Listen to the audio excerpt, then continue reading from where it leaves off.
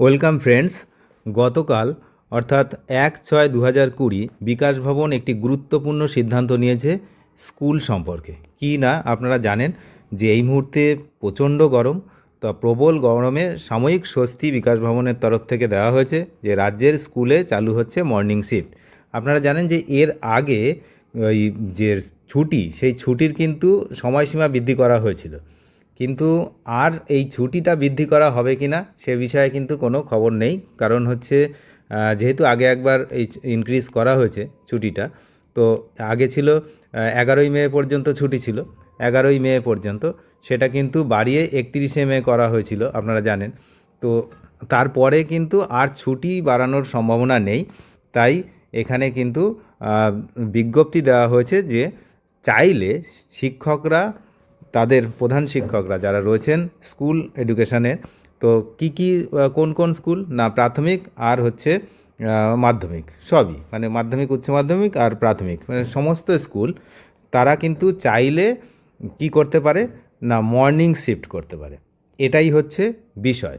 এই ভিডিওর মেন বিষয় হচ্ছে এই যে নোটিফিকেশান জারি করা হয়েছে বিকাশ ভবনের পক্ষ থেকে, যেটা হচ্ছে from deputy secretary to the government of West Bengal school education department. আর কাকে করা হয়েছে? টু ডিস্ট্রিক্ট ইন্সপেক্টর অর্থাৎ DI of school, AC secondary education আর PE primary education all districts except hill areas, পাহাড়ি অঞ্চলগুলো ছাড়া, কারণ ওখানে এত গরম নেই। তো সাবজেক্ট হচ্ছে হট কন্ডিশন হচ্ছে প্রিভেইলিং ইন সাম ডিস্ট্রিক্টস। কিছু জেলায় কিন্তু এই যে গরমের তীব্র গরম রয়েছে, তার জন্যই কিন্তু এই বিষয়টা করা হয়েছে। এবার আমরা বিস্তারিত চিঠিটা দেখব।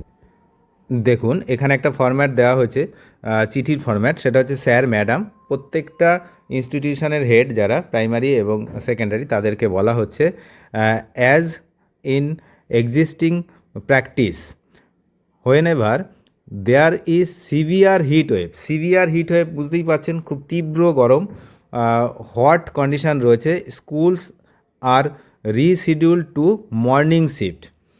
In view of the hot condition referred by some districts, you may please allow the school authorities in your district to run academic session in morning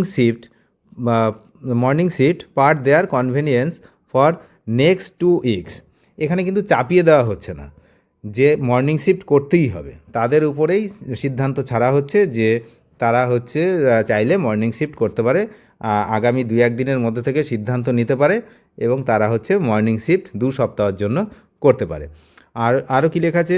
keeping in mind the safety and security of the health of the students and local heat condition without hampering their academic যে interest.